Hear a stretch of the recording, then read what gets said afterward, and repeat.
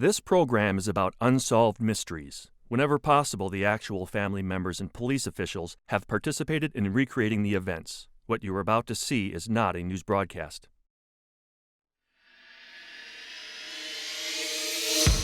In 1992, Wendy Camp of Oklahoma City, her young daughter, and her sister-in-law vanished after being dropped off in a department store parking lot. Their mysterious disappearance was the culmination of a bitter feud between two families, which has now escalated to accusations of kidnapping and murder. Meet Joseph Prushanowski, a devout Hasidic Jew, a dedicated father of 12, and one of the most brilliant con men ever encountered. Authorities believe his international banking scams have netted illegal profits in excess of $200 million. Soo Young Kim and his wife Soo Ya came to the United States to build a better life. Then on a fateful day in 1991, Soo Ya left home to go shopping. She never returned, and the Kim's American dream was brutally shattered. Also tonight, the poignant search for a remarkable teacher whose patience and understanding forever changed the life of one of her students. Join me. Perhaps you may be able to help solve a mystery.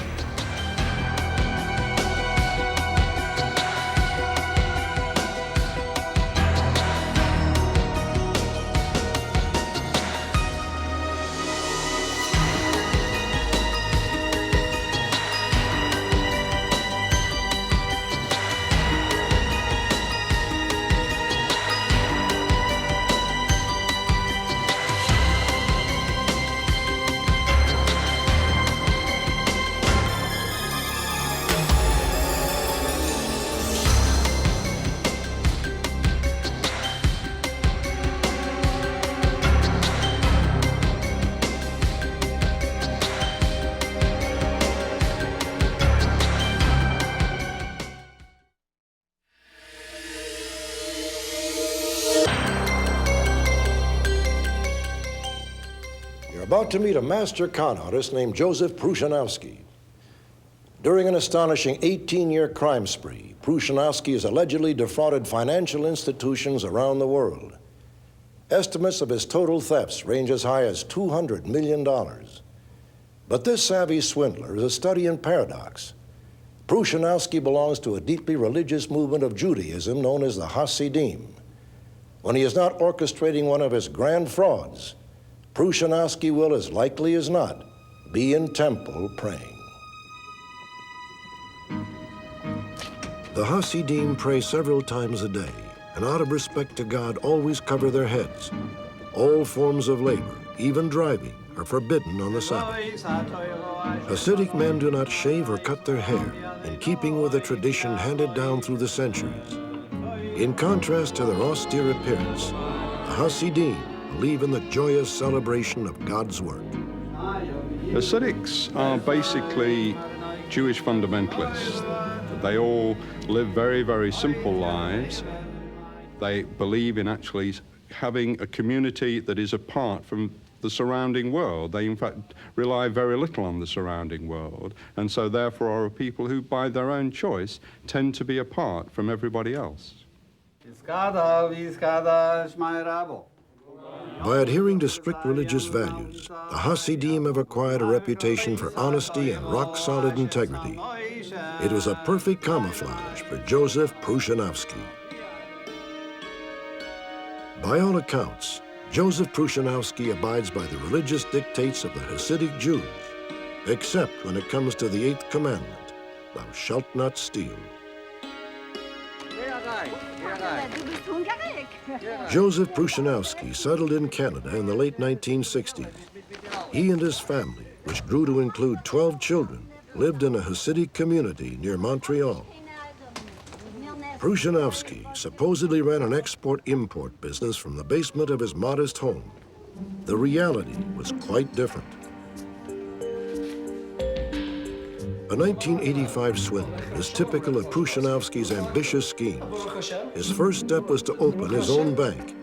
A clerical assistant named Alan Feingold unwittingly helped with the arrangements. Good. So, Alan, you have maybe for me the recommendations of the locations for the bank?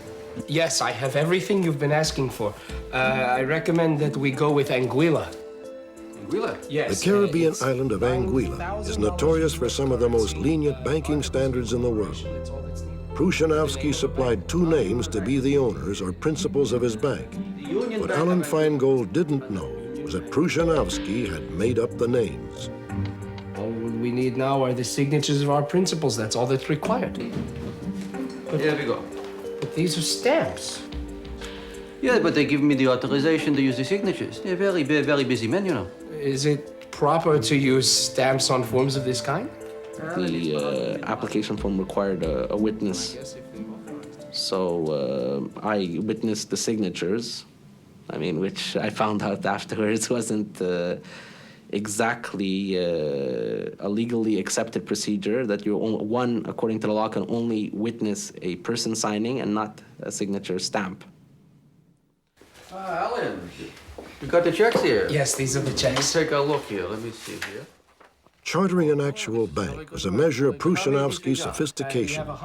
He could now issue official-looking bank cashier's checks, infinitely more convincing than mere personal By the checks. way, on this, I have the list here of checks I want you should type out. The ones with the numbers are the most important ones, okay? All right, I'll get right to this. You get to work on that. The second step of Prushanovsky's swindle was to write out checks in amounts of up to $1 million, supposedly guaranteed by the bank in Anguilla. He would then deposit the checks in business accounts he had set up around the world. So, Alan, I'm gonna go upstairs and have dinner with the wife and the kids. You call me if you need me, all right? All right. Mr. Bennett. Mr. Prushanovsky. That's right. That's Prushanovsky would then contact the bank in person or by phone. Please come in. With his phenomenal talent for persuasion, Prushanovsky convinced the bankers to advance him large amounts of cash, even though the checks had not yet Before I cleared. endorse this, I need cash advance of $750,000. Mr. Prushanovsky, it's the policy of our bank to wait 14 days after a deposit before you can draw on your account. So all I'm asking for is $750,000. He's a very clever, Prushanovsky. very persuasive man, a man who trades on his being a very religious person when he deals with banks. We're going to have to wait just a few more Very days. good at persuading them to cash his checks, written on funny banks in faraway places with strange-sounding names. All right, Mr. Prushanovsky, we're going to make an exception this time, but please, in the future, give us 14 days before you can start Eventually, drawing on your account. the I checks understand all quite bounced, or well. most of We're them both bounced. businessmen, By the time okay? the Thank you very bouncing much. stopped, the Yes, bank was it's a $1 million pleasure doing business. short. Nice to see you. Okay. Take that over to window seat. Right over there. Thank you very much. Have a nice Thank day. you. Bye-bye. Meanwhile, Alan Feingold found himself fielding calls from angry bankers demanding their money. Yes. No, Mr. Prushanovsky is not here today. Ultimately, My a name's Japanese Alan company Feingold. would file a lawsuit against Prushanovsky and Yes, his sir. assistant, I'm Alan very familiar with your Feingold. bank. We have many accounts with you. Being sued for $1 million was something relatively shocking to me, and I didn't understand what was going on here, being cited as a co-defendant. Feingold's faith was completely shattered in March of 1987 when agents of the Royal Canadian Mounted Police descended on an office Prushanovsky kept in Montreal. What was you about Mr. Prushanovsky? Why give out Mr. Prushanovsky? What has happened When was to the him? last time you saw Mr. Prushanovsky? I saw Mr. Prushanovsky here at the office yesterday afternoon. Are you familiar with the term bank fraud? Bank fraud? No, Mr. Denis, nothing has happened. Mr. Alan Prushanovsky... Feingold was hired by Prushanovsky when he was 21 years old. He was very naive. He didn't know very much about the business world. So he could not even contemplate the possibility that Prushanovsky had a criminal mind whenever he was asked to do things for him. Mr. Prushanovsky has Mr. Alan Schein and Feingold Mr. was Schwartz cleared of with any him. involvement. I told my He mother actively about it. assisted She efforts said to that unravel she didn't think that Prushanovsky's there was anything complex to it, but I didn't rip-offs. believe her. This is it. Canadian authorities also raided Prushanovsky's home, but came up empty-handed. The basement office had been cleared out, and Prushanovsky had fled, taking his wife and 10 of his children with him. His oldest son and daughter were to join him later. Mr. Ross. Do you know what sort of work your father does here? I don't know, it's just his business. Do you do work with your father? No. From his Canadian operations, Prushanovsky left a trail of rip-offs totaling more than $2 million. It was just a hint of what was yet to come.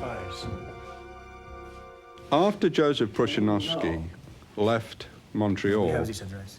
He disappears off the face of the earth. No one seems ever to see him, hear from him again. But what then happens is all of a sudden, Joseph Weiss starts to appear. And Joseph Weiss operates fraud on exactly the same way that Joseph Prushanovsky did. It didn't take much to figure out that Joseph Weiss and Joseph Prushanovsky were one and the same. But now, the swindles are becoming almost absurdly large. Between 1990 and 1992, financial institutions in Sweden lost more than $19 million. In Denmark, more than $39 million. The Netherlands, $32 million. England, $37 million. $30 million in the United States, and more than $35 million in Australia. The astounding total worldwide was more than $190 million. If I got, I would give you, all right? Finally, this master conman came up with one more brilliant strategy, one that keeps him safely beyond the reach of the law. In many cases, Prushanovsky brazenly negotiated to give back a portion of the stolen money. That's $1.5 million, okay? 50 cents on the dollar. Better than that, I could never do. Well, He knows that banks don't like to go to the police. They don't like to prosecute people. What they want is their money I'll back. give them back to you in 3 days, all right? So they will settle, and what that, of course, does is, by and large, it removes the lender from being a complainant to create a criminal prosecution problem for Prushanovsky in that particular country. And he's used that tactic very successfully all over the world. However, a few banks are unwilling to settle, and today, warrants for Prushanovsky's arrest are outstanding in Canada and the United States. The stunning fact that Joseph Prushanovsky has convinced one bank after another to hand over hundreds of millions of dollars naturally raises the question of what he does with all that money. What is unique about Joseph Prushanovsky is there is no evidence that he has actually personally benefited in any way at all from these frauds. The evidence is such that you have to accept that Prushanovsky's frauds have largely had to benefit, I believe indirectly, not directly, his own community and other similar Hasidic communities. Authorities believe Prushanovsky uses the stolen funds to start up numerous legitimate businesses. In turn, the profits from these companies are given to the Hasidic community, which remains unaware of the criminal origin of the money. Prushanovsky, I think, likes to see himself as a Robin Hood figure. It's a way of giving a rationalization to what he does. I feel that it has caused irreparable damage for the Jewish community, as I say, around the globe, because it helps to portray an image of religious Jewish people, or Jewish people in general, as being crooks and robbers, which, of course, is not the truth as to the basic doctrines of our faith and how we practice. This mugshot, the only known picture of Joseph Prushanovsky, was taken when he was 42 years old. At the time, he was in a Connecticut prison on a fraud conviction. Prushanovsky is now 54. He is 5 feet 9 inches tall, weighs around 170 pounds, and probably has a full beard.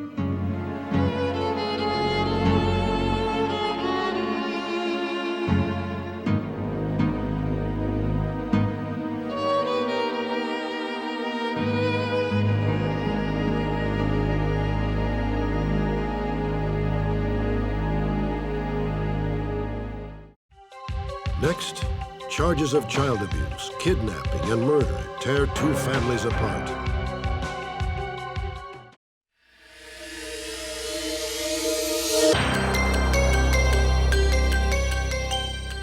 There is no such thing as a routine disappearance.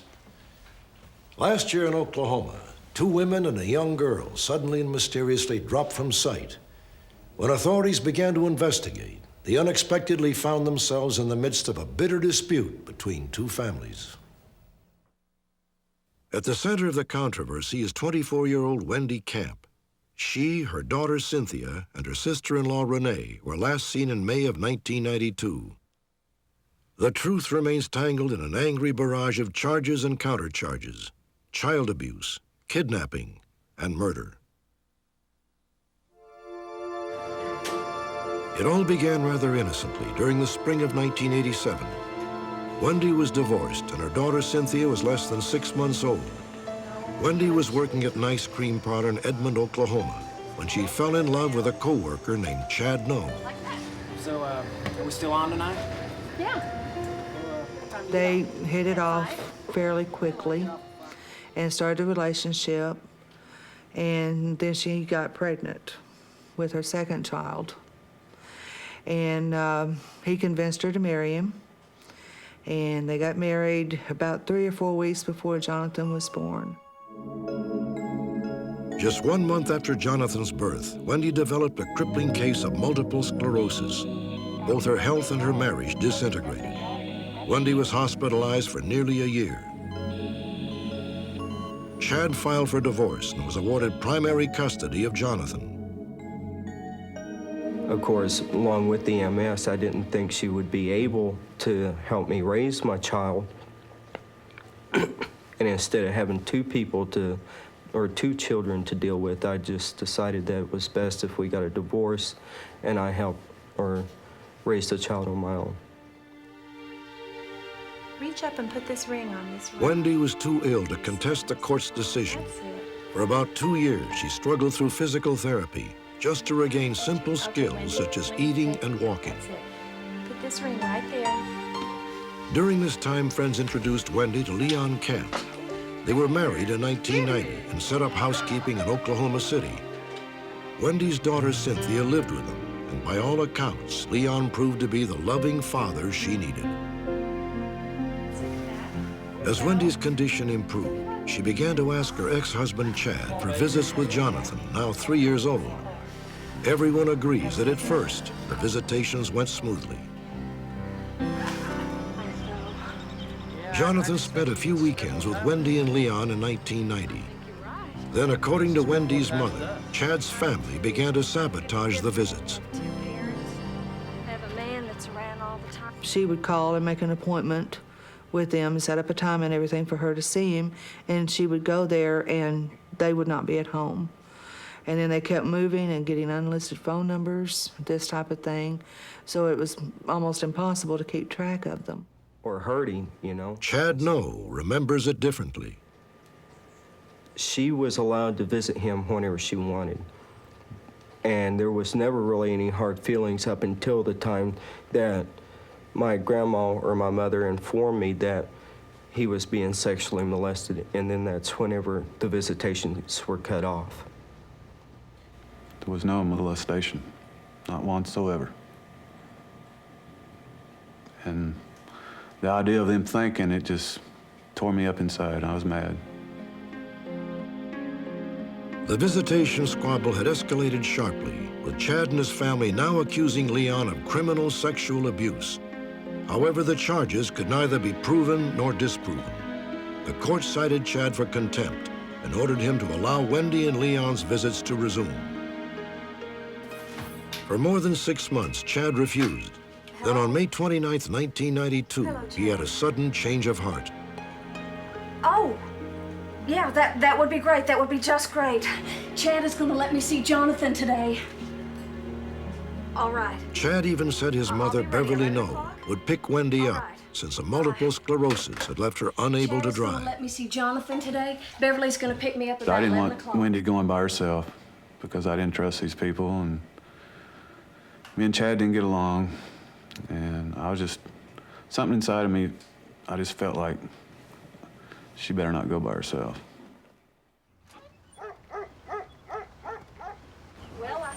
By the time Beverly arrived, Leon had convinced his sister, Renee Krieger, to accompany Wendy and Cynthia on the trip. When do you think y'all will be back tonight? Oh, a couple hours, probably around supper time. Well, you be careful. You make sure you call me, you hear? All right, I will. All right, I love you. Love you too, babe.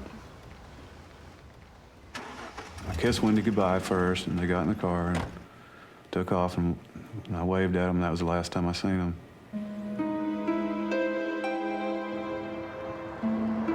The 115-mile drive to Chad's home in Shamrock, Oklahoma took just over 2 hours. When the group arrived in town at about 1:45 p.m., Wendy telephoned Leon. Hi, babe. we're fine. We're fine. We're just at the cafe. We're waiting for Chad to get here. Okay, the first time she called me that day was about 1-something to let me know that she'd made it all right. We sat there and visited, and she didn't even really play with Jonathan. Her and Jonathan and Cynthia played for a while, but she mostly sat there and drank coffee with me out on the porch and talked. Around 4:15, it was time for Wendy to say goodbye to Jonathan. Then she, Cynthia, and Renee climbed into Beverly's car for the ride back to Oklahoma City. They were joined by Chad's grandmother, Ida Pruitt. Before leaving Shamrock, Wendy called Leon again. We'll be home in just a few hours. Beverly's ready to leave now. Okay. Bye-bye. About 4:30, 4:45, she called me to let me know how the visit went. She said that Beverly was in a hurry, so she had to get off the phone, and that was the last I talked to her. Phone company records verify that Wendy called Leon at 4:42 p.m. But virtually everything else about that afternoon has become tainted by suspicion. The last people known to have seen Wendy and her companions alive were Beverly Noe and Ida Pruitt, Chad's mother and grandmother. Beverly declined to participate in this broadcast. What follows is Ida Pruitt's account of the trip. The visit took place here in Shamrock. After taking Wendy, Cynthia, and Renee to Oklahoma City, Beverly was to drive back to Cushing, where she planned to meet Chad in a restaurant between 7 and 8 p.m. Now, Chad is never at the house. Chad doesn't spend any time with Chad is a good father, and he provides for his son. Now, there According to Ida, Wendy was unpleasant company from the very beginning. Beverly, he's used to being with me. That's what he needs. I think so. I think the child like he needs stability in his life. I think he needs the stability of us, and I'm a little concerned about your multiple sclerosis, dear. Now, What I know he you needs have is been to reproving. spend some time with his mother. Now, how And can all you? this time, all the way to town, she just griping and bitching. And that's all she could do. So after they got back in the car and everything, I told Beverly, I said, just take me back home. I said, you got to put up with this, but I don't. So she brought me back home, and then she went on. Ida Pruitt says she was dropped off at around 5:15 p.m. She claims Beverly later told her that the bickering continued for the next half hour. Now, there was no reason for you to upset Ida like that. That was totally uncalled for, Wendy. She loves that little boy. I love him too. That's why I want to spend more time with him. You get enough time to spend with him, but he needs me, he needs his grandma, he needs She his said father. that the time she got to Chandler, she had had just about all she could stand. And she pulled in Walmart and told him to get out. Beverly has told police that she pulled into a shopping center parking lot in Chandler, 45 miles from Wendy's home. She then ordered Wendy, Cynthia, and Renee out of the car.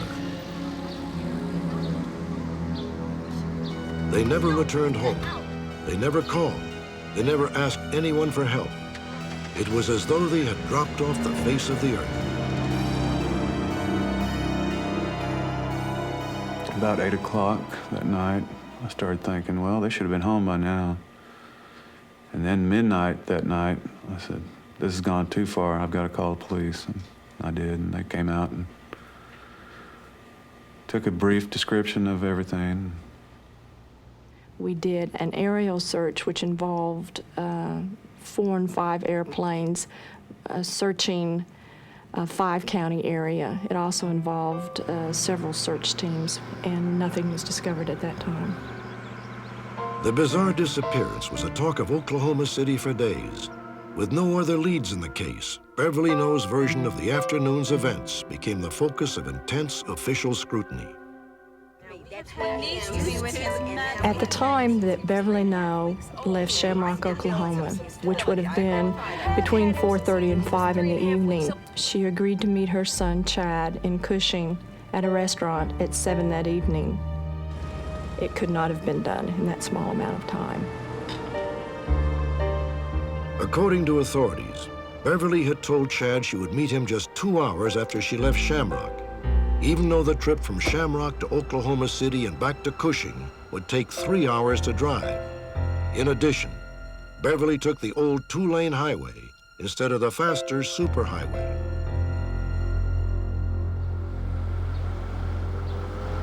Wendy's family is also disturbed about Wendy's failure to telephone from the shopping center. Wendy was very, very dependent upon Leon, and she'd already called twice. She would have immediately gone in and called her husband, Leon, or if she wasn't able to get a hold of him, she would have called me. I feel that my daughter and my granddaughter and the sister-in-law were murdered that Friday night. I feel that Ida, Beverly, and Chad, all three are involved.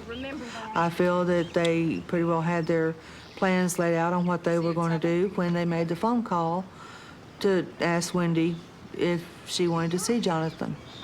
And I figure whoever got in that car, they were going to do what they had planned to do.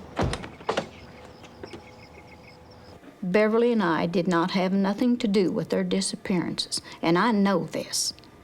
I don't care whether they know it or not or believe it, but I know it.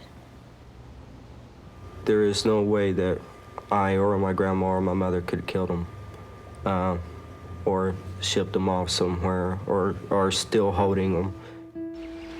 In spite of Chad's denials, 2 residents of Shamrock have told authorities that they overheard him boasting that he had killed Wendy, Cynthia, and Renee, but that no one would ever find their bodies. Maybe in one of my drunken stupors, I might have popped up, oh yeah, I did it, but there ain't no way in ever I could have did something like that. I'm not a violent person. Despite all the bitter recriminations between the 2 families, no physical evidence has ever been found to indicate what happened to Wendy Camp, Cynthia Brito, and Renee Krieger. 3 months after they disappeared, a woman who knows the family claimed to have seen Cynthia alive. Police believe the account is credible. However, there have been no further sightings for more than a year.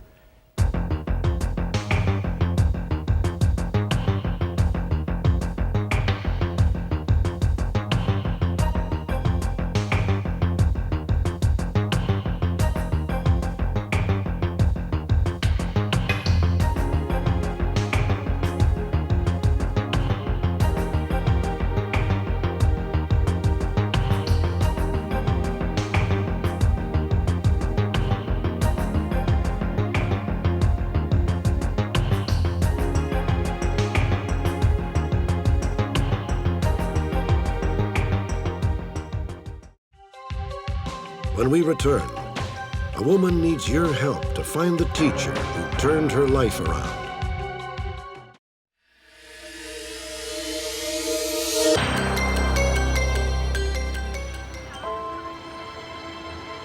"45-year-old Dolores Brooks has spent much of her life in the same section of Brooklyn, New York she knew as a young girl.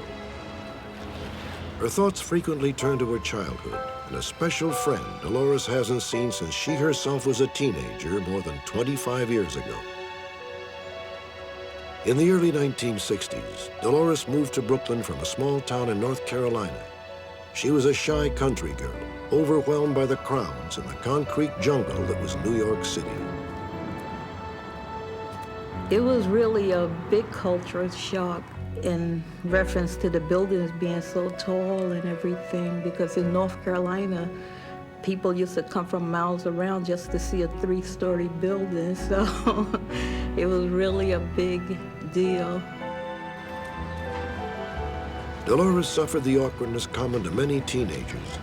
That was complicated by strained relations at home and the anxiety of entering a big city school.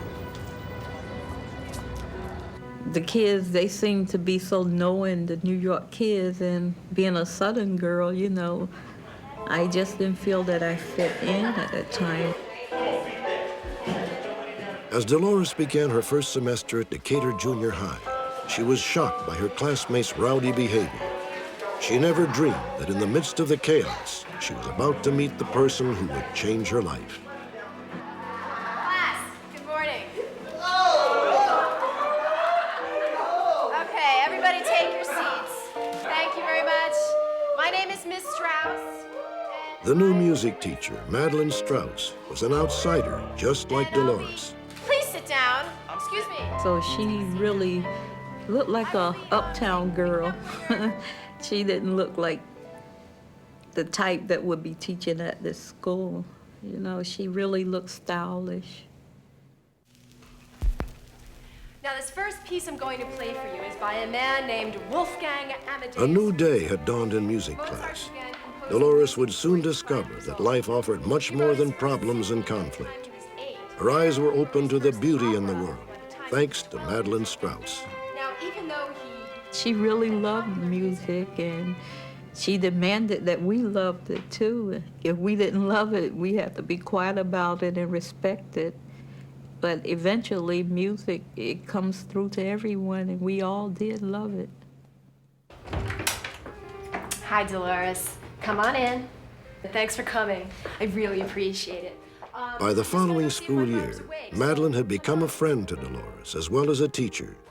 Dolores was frequently invited to visit the apartment where Madeline lived with her father. The first time I went to her apartment, it was really overwhelming. Such a beautiful place and so much space, I couldn't get over that. I didn't know it was luxury. It looked just like a big museum. She lived at least 30 floors up. I don't remember how many, but it was at least 30. And I would look out and I could see Central Park. This was really a new experience for me, you know. It was like walking out of one world into another, and I became like a changed person when I walked through those doors as the time went on.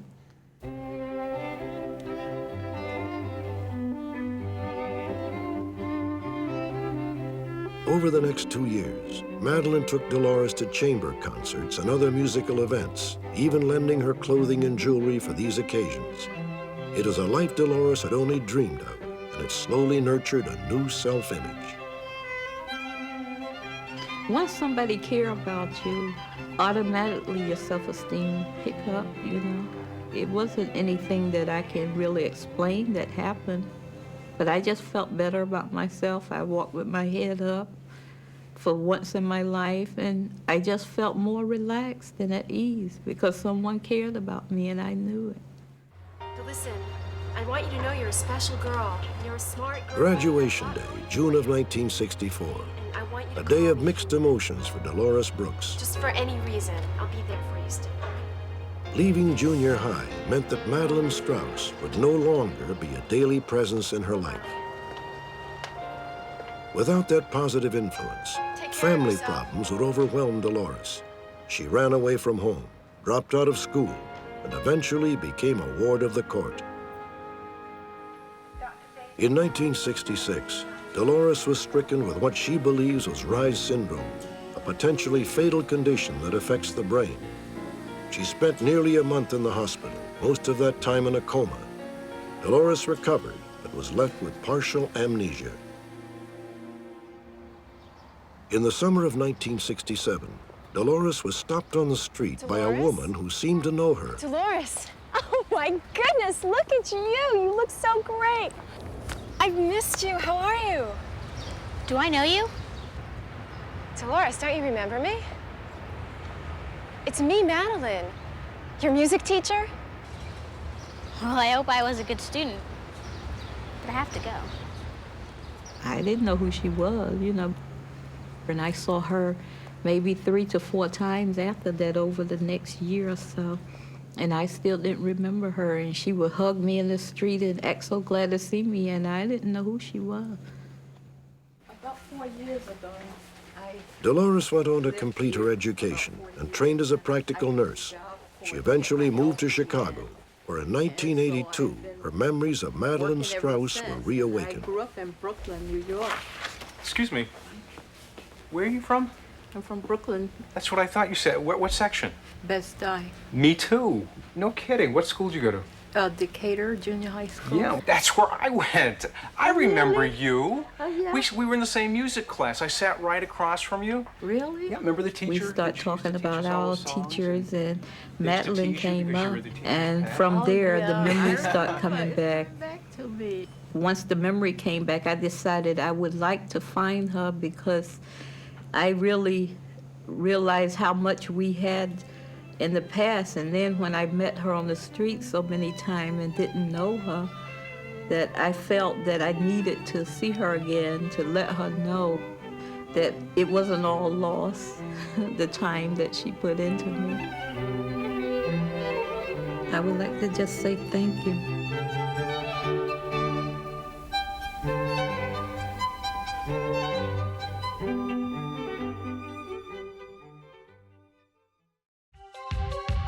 Next, a family's dream of a better life in America ends in tragedy.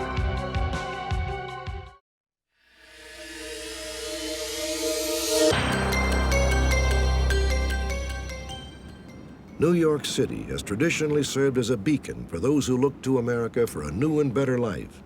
Nearly every country in the world has an immigrant community enriching the city, and to the newly arrived, New York symbolizes the American dream. Soo Young Kim and Soo Ya Yu lived that dream. Born in South Korea, they worked hard and saved every penny. In 1981, they married in Seoul, then moved to the United States. Soo Young and Soo Ya worked in flea markets until they were able to open 2 stores, one in Long Island and the other in Bushwick, a section of Brooklyn known for its ethnic diversity. My wife and I were very nervous about our opening. We cleaned and set up everything together. There was no single item in the store not touched by her. We worked very hard from early in the morning till late at night 7 days a week. And we were blessed with fortune and happiness. Good size and good color for men. As the business grew, so did the Kim family. Soo Ya and Soo Young had 2 sons, and often the whole family could be found at the Brooklyn store. 10% discount.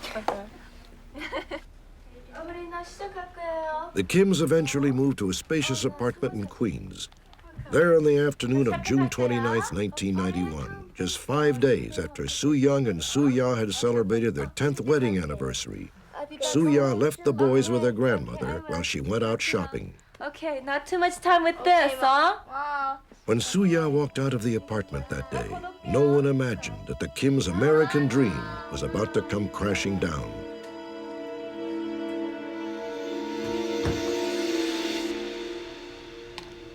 When Soo Young Kim came home from the store at 8 p.m., he was worried to find that Soo Ya had not returned from her shopping trip. He called all her friends, but no one knew where she was.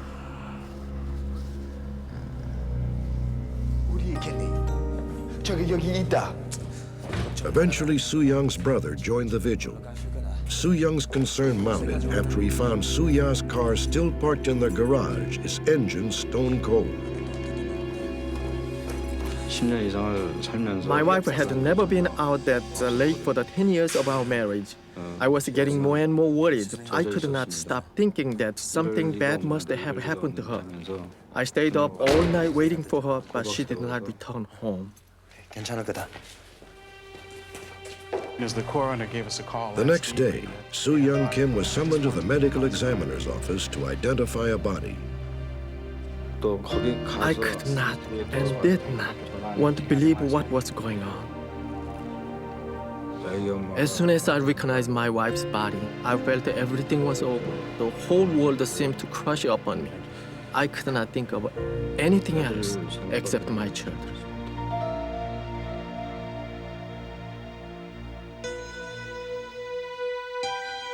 Soo Ya Kim had been stabbed 9 times, her body dumped in the section of Brooklyn known as Bedford-Stuyvesant, 7 miles from the Kims' apartment in Queens. Although she was nude, there was no evidence of rape.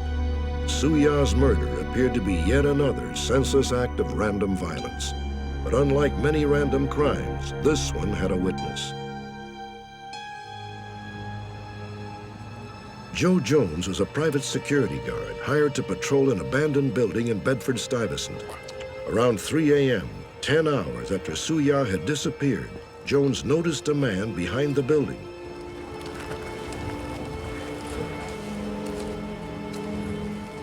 Hey, yo, man, you can't dump there. I can't dump here? No, you can't dump here. He like hesitated, you know, a couple seconds. Then he said, what if I give you $20? So I said, yeah, okay. So at that time when I'm taking the $20, I see that he had blood on him, you know? So I said, yo, how you get blood? How you get blood on you like that? Oh, I just got into a fight. The man's demeanor made Joe Jones suspicious. He got a brief glimpse of the license plate before the car backed out. He gets in the car, drive away, but he stops at the corner. So when he stopped at the corner, I'm still standing there, you know. I think he thought I was gonna go back and see what he put in the garbage. And I really got suspicious when he drove to the corner and was looking at me, and I was looking at him.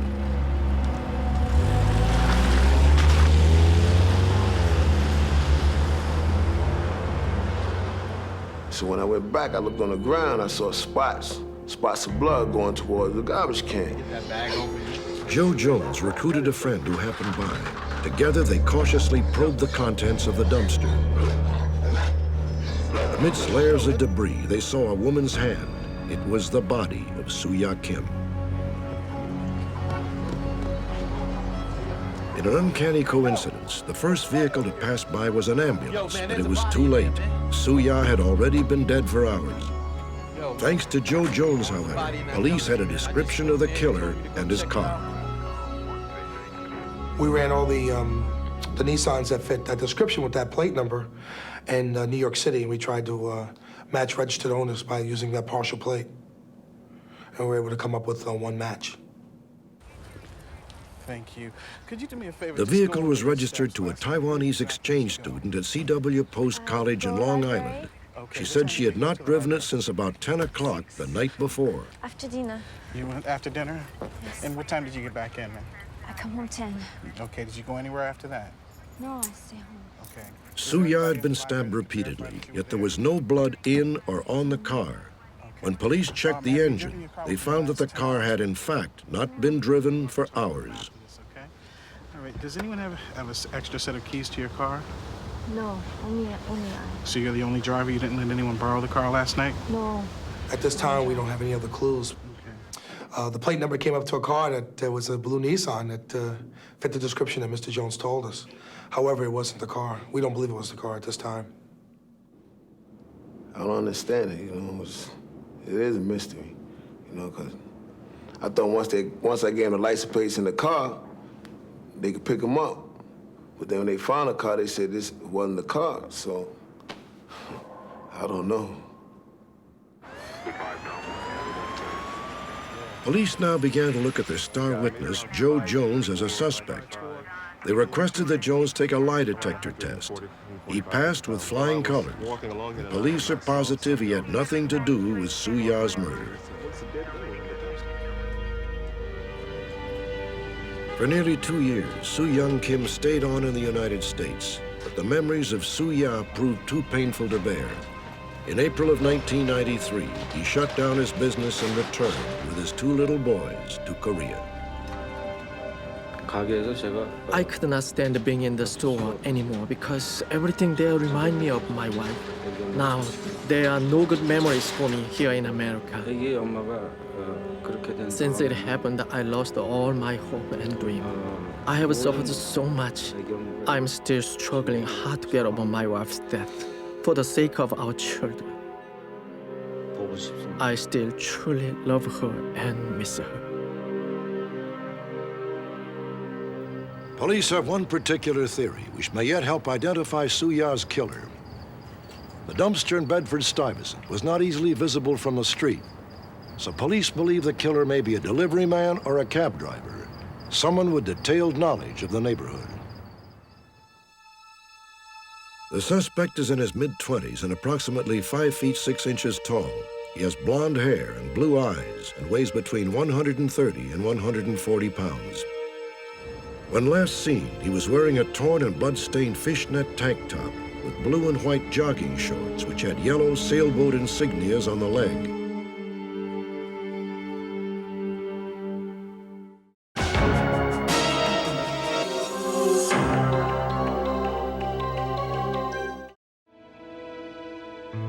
On our next Unsolved Mysteries, with Halloween just around the corner, a ghostly tale seems in order.